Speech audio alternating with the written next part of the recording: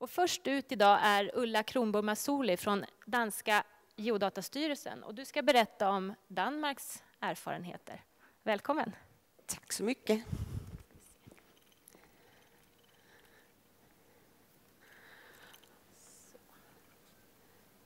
Och hej. God eftermiddag. Och tack för inbjudande. Och tack till arrangören för att ta upp detta ämne. Jag har lovat att hålla presentationen i English, so I will do that, if that's okay with you.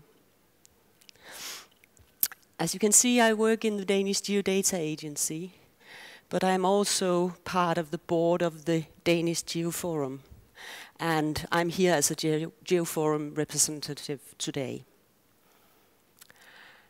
I like to start with this because even though I come with some experiences from Denmark, I do not know it all. That doesn't mean that you cannot ask, please comment when I'm finished with my presentation. I would like that. So what I thought about speaking is a little bit of how and why. I will do that fast. Some of you already know it. Then a bit about the geospatial object, the element. This is why we're here, right? Geodata. And then the gains we thought we should have and the gains we have had. And of course the pains, because as Sanna said, there are a lot of pains. Lessons learned, we have learned some. And then I will finish with a bit of my own perspectives about the future. So let's go ahead. You can say we started, as we all did in Scandinavia, this e-government for many years ago. And even longer ago, we started on building our SDIs. We have this tradition in Scandinavia of good collaboration, and it's the same in Denmark. What is interesting here is that the building of the NSDI has a lot of experience, and more experience than the building of the e-government. And you can say what we brought into or onto the road of open data from the SDI was a solid fundament. We have worked on this for 15 years. But also we went in when there was a political momentum. And that might be a piece of luck, but it's also due to hard work. We have tried it before. We freed some of our data a long time before the open data program in Denmark. And then of course there was this bit about the legislation and the Inspire. I will come back to that. Legislation is a strong tool when you speak with the Ministry of Finance. So, 2007 more or less, the Ministry of Finance opened up their eyes for the NSDI and said, well, an SDI is the backbone. And we went, hooray, it only took us 10 years to get that far. And then from 2007 until 2013, we worked and worked and worked on a political level to speak with the Ministry of Finance, to speak with other sectors. What we could bring in was our map supply. I know you have something different, something like this in the other Scandinavian countries, but this has been running since 2002, so we had a lot of experience in distributing data on a solid SDI. So we brought that in, and we brought also these principles that derives from the Inspire directive. Good common sense. We had this, some call it the altar that we pray to, but it is a way of looking at data also deriving from the Inspire directive, that we have some data that we use broadly in the public sector, and we should reuse that because it's efficient and it brings down costs. So what it's all about, the NSDI, is having some data and getting them to the user. What is important is the standardization. And there again comes in the Inspire thing with their standards. And it's all about creating this interoperability. And when we spoke about this interoperability, we went straight on into the political momentum, because the EU have a huge program, ISA, Interoperability Solutions for Public Administrations in Europe. That's what it's called, the ISA. And they said this. And when our politicians heard that at EU top level they were speaking about an enabler to actually cut down costs and get more efficient public administrations. They really listened. And we could also tell them, we tried it with the addresses before, very good business case, saved a lot of money, and a bit too fast here. So we did try it before, and it has been a huge success with the addresses. This business case has actually turned out to be even bigger than the figures there. And then we told them, it's all written down in this law.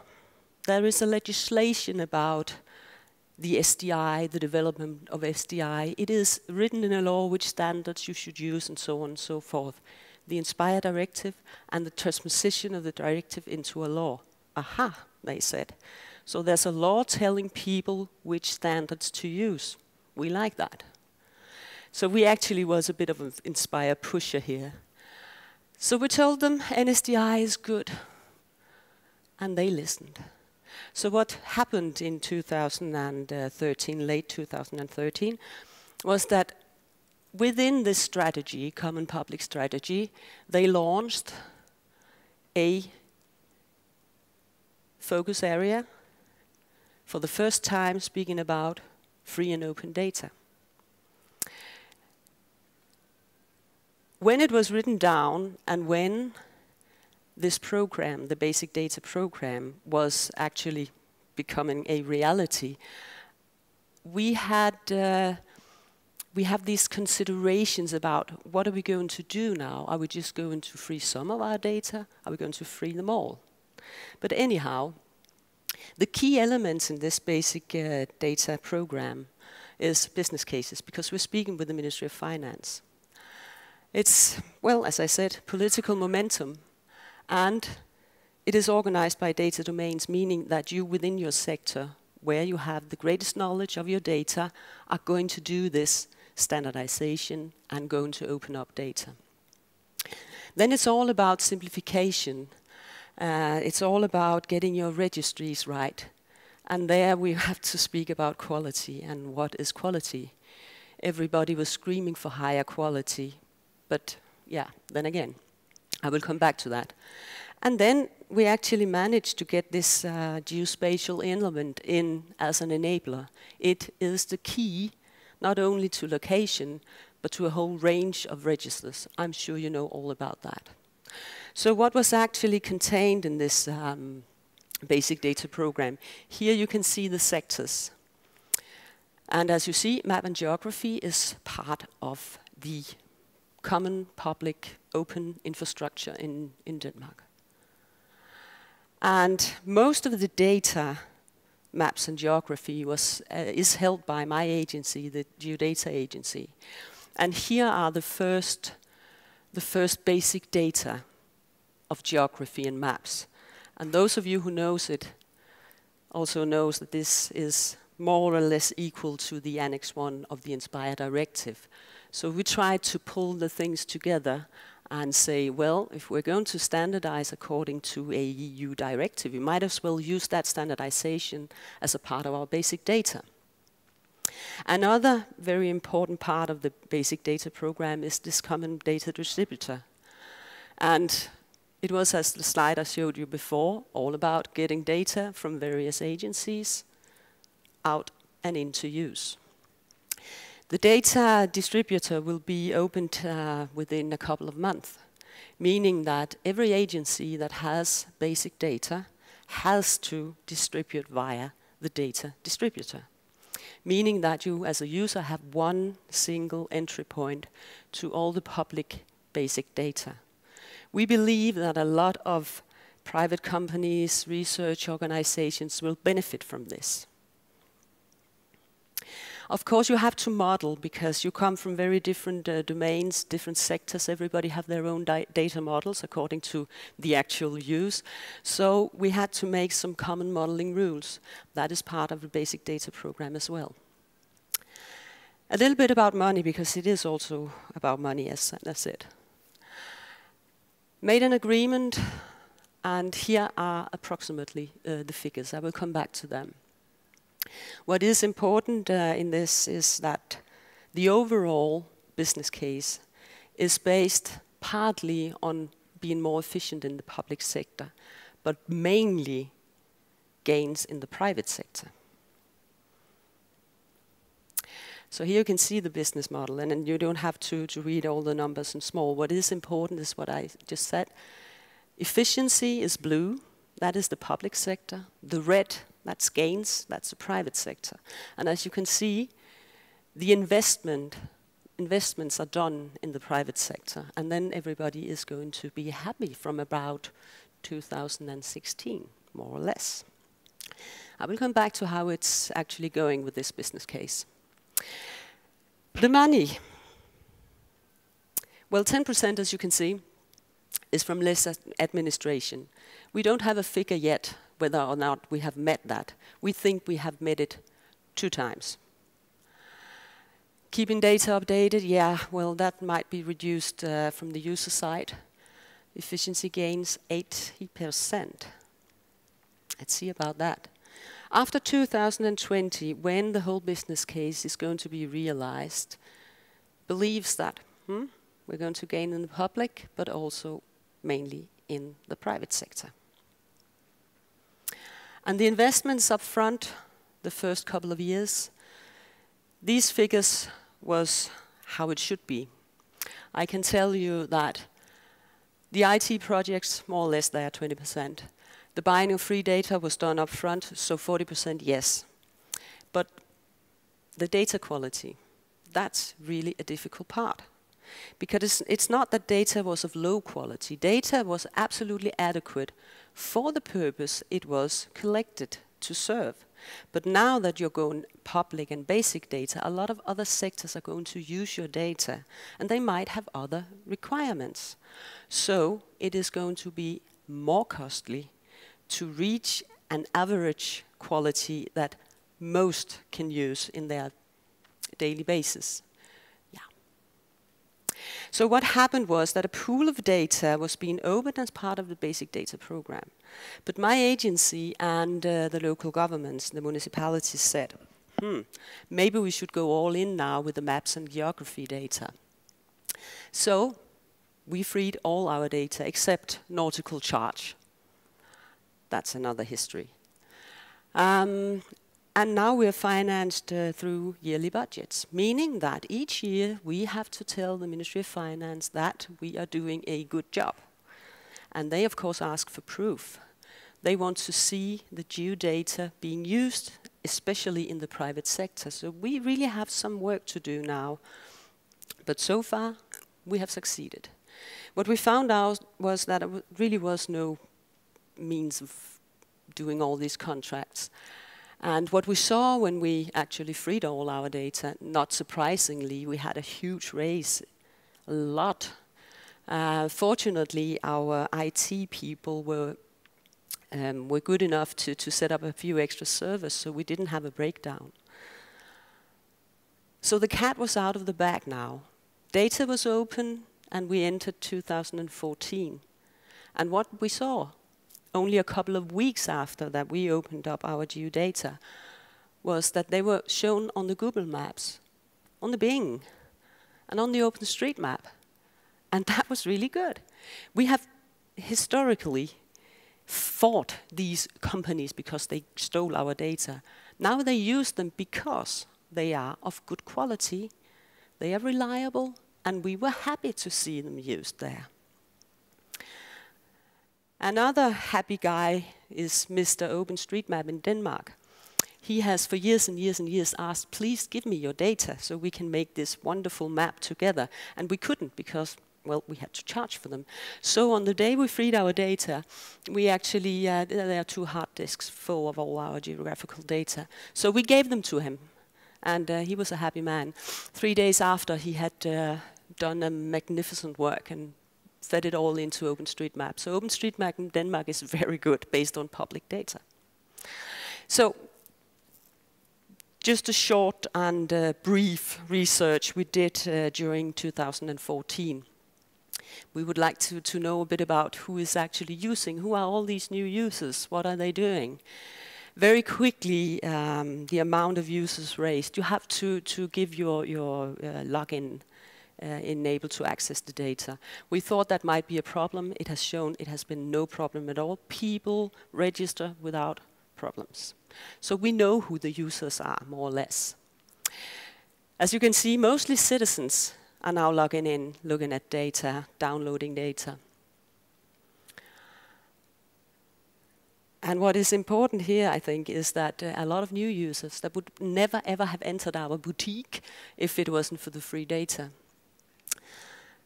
So they had no experience of using, I will come back to that, no experience in using data. 59% found what they were searching for. That's not a good figure, is it?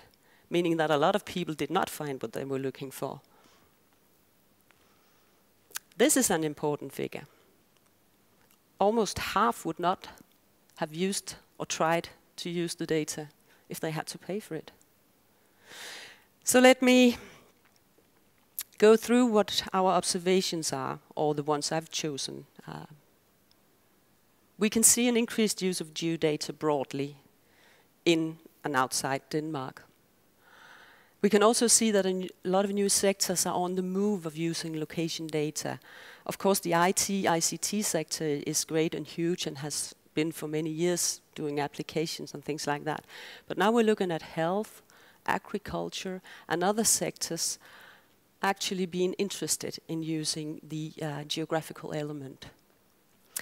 It has increased the possibility of doing private-public partnerships because data are free now. So you see a lot of them coming up now, some of them funded by the EU, but a lot of partnerships are growing up now, and I think that's a very good thing, especially when you have the research part in as well. It is, without doubt, an efficiency driver in the public sector, and mostly because the money was taken up front, right? The Ministry of Finance said, fine, we are going to give you the money that it will cost to buy these data, and then we think you will gain so and so much, and they took that money away. So we have had to be efficient, so it has been an efficiency driver. What we have not seen is this growth in the private sector. And if you recall the business case, the major part of realizing the business case is should be coming from the private sector. So we have quite a challenge here. We have not seen all these products that we thought would be built upon these open data.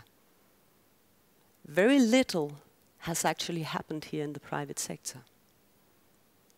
And I'm sure there are many reasons. Just to look again, private sector, the main key to realizing the business case. Geoinfo made a company survey to find out a bit about why the Danish geodata sector branch is not actually growing on these open data. And we found out that about 40% couldn't see any effect at all of the open data. Of course, 60% could, or that's what we believe. But that's a high figure. The thing about quality is still an issue, and we have to solve that somehow. It's not only about the quality that data are complete and it contains a lot of well-established elements. It's also about data definitions. And this is when you go cross-sector that this really becomes a problem. Terminology and so on. And then regulation is really difficult because most regulation is not ready for digitization, meaning that you can have a lot of good ideas, you can have a lot of free data, but legislation actually stops your progress because it is so complicated or because it asks for data that we do not have or data that are difficult to get and so on and so forth. So we need to look at legislation and how we can actually simplify the legislation in order to be more digital. And we found out that this thing about governance is a key issue also for the private sector. To know where the public sector starts and ends and where the private sector can take over. That's very important. This grey area between public and private is very difficult to manage in. So these were the findings, these were what the companies told us that were main issues of not using the open data. And then of course, let's talk about this. Let's sit down, let's break down the barriers between the public and the private. Let's talk about how to do this, how to realize the business case together. And when we asked the private companies to actually take a greater look and answer again the why haven't you used the open data to grow, what we heard was, well, maybe we're not all that innovative in our branch, in our sector. Maybe the private companies are doing just a bit more of what they've always been doing. What they said is that, well, even though it seems much better than it did a couple of years ago, we still have this economic crisis. It's still difficult. We lack orders. Then there's this about the data-driven society, which this is much part of this, is you lack the skills. There are very few young people being actually educated in data management at a level where it can spur on the innovation of, for instance, big data and things like that, when you speak about geography and geodata. And then all these opportunities, this hope that there would be a lot of market outside Denmark, hasn't really shown. So what to do? We asked the private sector as well. What can we do about it? And this is what they come up with. Geoforum must play, the Danish Geoforum must play a huger part pushing the sector's wishes and demands into the new public digitization strategy. So we took this upon us as a task, and we have done that. Just recently made a 3-page note to the Ministry of Finance on behalf of the geodata sector. And what we, among the things we wrote were this. We need to have a more transparent framework. This is about public and private. Where does one start and where does the other one end? And we must have simpler rules for tenders because it is so difficult and the private companies are using so much time and money. So this is a major issue. Then we need to speak about quality. What are we doing here? We do not have the answer yet, but something has to be done about the question popping up all the time about quality not being adequate, not being high enough. And I told you about the legislation and education and research. So this has been pushed into the new common public strategy from geodata on behalf of the geodata sector. So what have we learned in my agency and in the agencies that have basic data? Well, nothing comes from nothing. And I don't know, what is lommeuld called in Swedish? The things you get in your pocket without doing anything? Well, that's the only thing that comes from nothing. For sure, it doesn't do it just to open up your data. There's this about access, especially when you're speaking about users that have no experience in using geodata.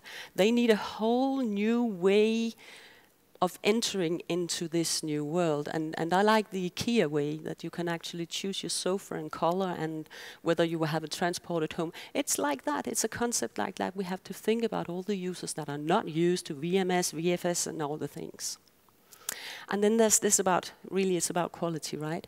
Because who is going to pay for the higher quality and the extra sizes and the formats? We have to solve that. And the governance. The SDI is of chosen nature, and you do know that. Multiple stakeholders, and especially now when we're going across sectors. You have ownerships and... How am I doing the time? Otherwise, you just throw something at me. I will stop speaking. It's all this cross-border, cross-sector, cross ownerships that's really difficult. And then there's the sow harvest. If you invest in higher quality, you are not the one who are actually going to gain from it. The users on the third hand are going to gain. So the financing again, the one who is investing in it are not harvesting the gains. Said that. Flexibility versus standardization, the overall always discussion about open source and not open source, that's a problem as well, challenge as well. And you really need to address all these challenges on all levels, from legislation down to the very technical level.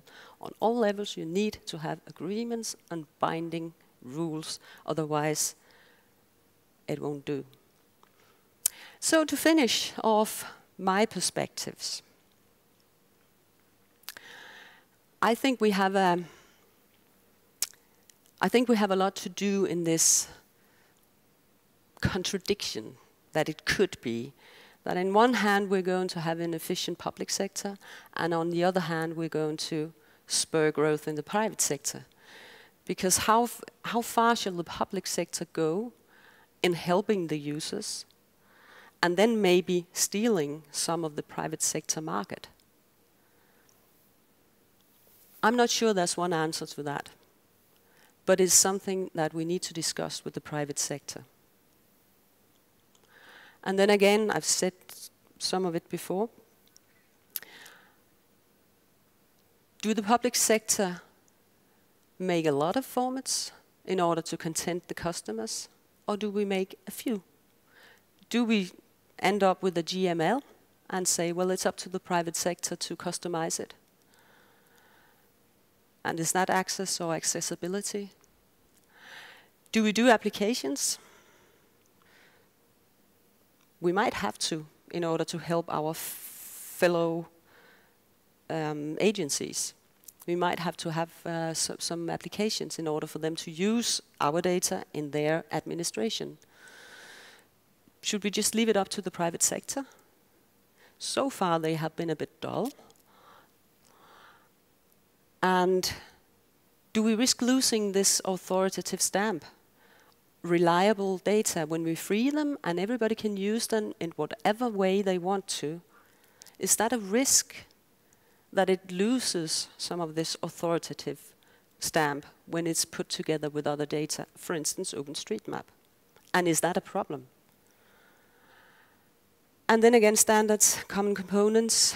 How much common are we going to do in the public sector in order not to rob the private sector from their part of the cake?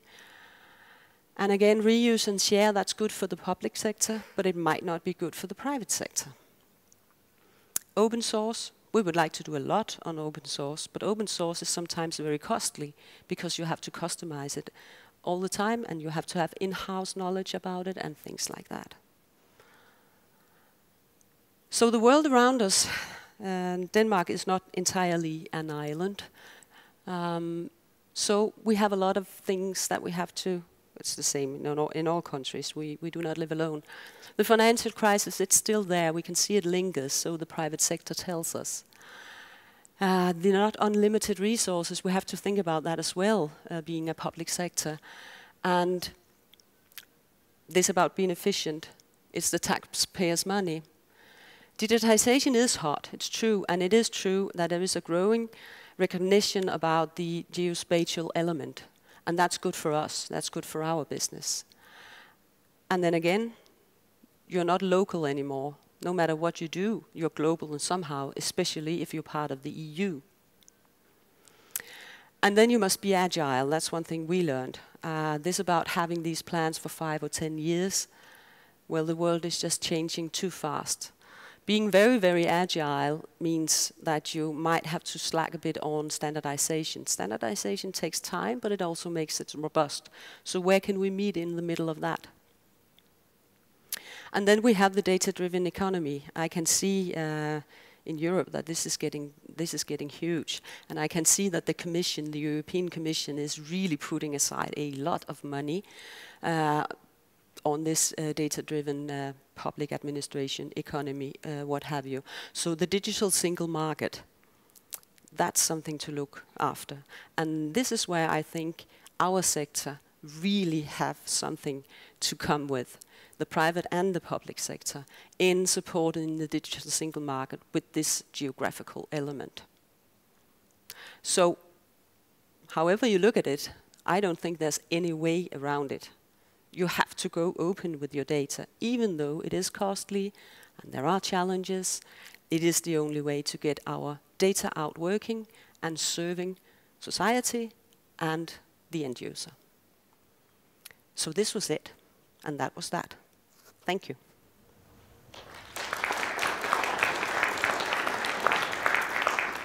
Tack så jättemycket, Ulla. Väldigt intressant. Jag är säker på att det finns flera frågor ute i publiken.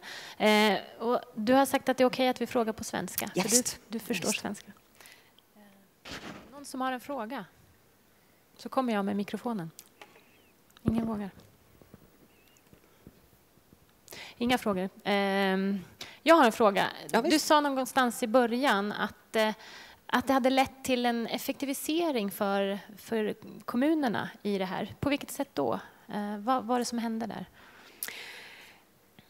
Effektivisering, it's mostly about standardization in the first thing, but it's also about the reuse of data. The thinking that we have these common data, that we only have one register for addresses. You don't have each in each municipality. That's a huge gain.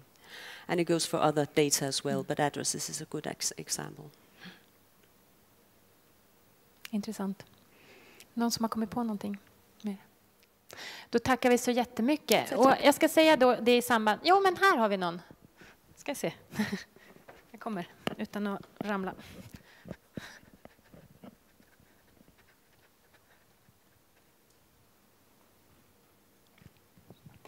Okej, då tar jag det på svenska. Ja, visst.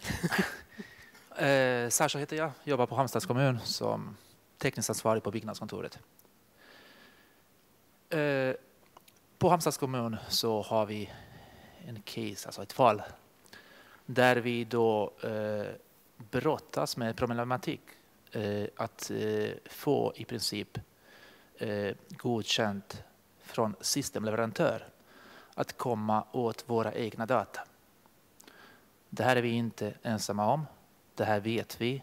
Är ju samma sak som de flesta andra kommuner nu som använder sig av samma leverantör har eller kommer ha problem med. Grejen är ju när en systemleverantör har levererat systemlösning som inkluderar en databas och så äger vi våra egna data som är lagrade i databasmodellen i databasen, så försöker leverantörerna sätta stopp eller ta extra betalt för att vi själva ska kunna komma åt våra egna data. Det är liksom principen som vi försöker bestrida just nu.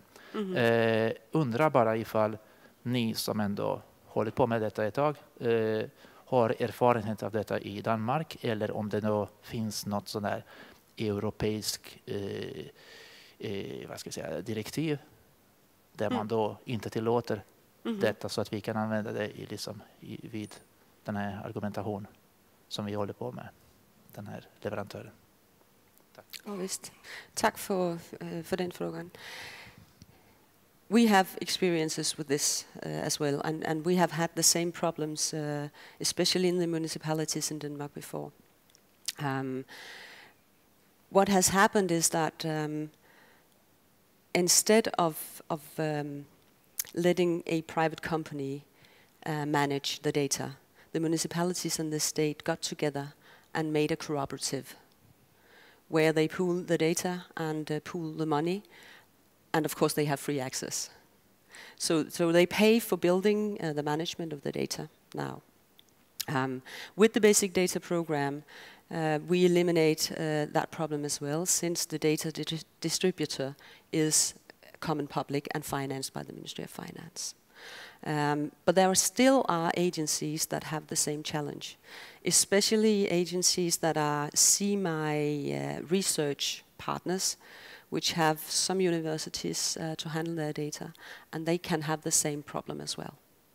So we try to eliminate it because it's not feasible to have to pay to get access to your own data. And we're almost there, but not entirely. And then you asked about the EU directive or something like that. Well, I'm not sure whether there are any written down in a directive that it's actually prohibited to do that. But there is the PSI directive. And the PSI, in short, says that all public data must be available for the lowest of cost or for free to all society. So it might be worth looking into the PSI, Public Sector Information Directive it's called. Did that answer your question? Thank you. Tack så mycket, Ulla. Jag ska också passa på att nämna att vi har inga gåvor här, utan gåvan går till Läkare utan gränser. Fantastiskt. Tack så mycket. En till applåd.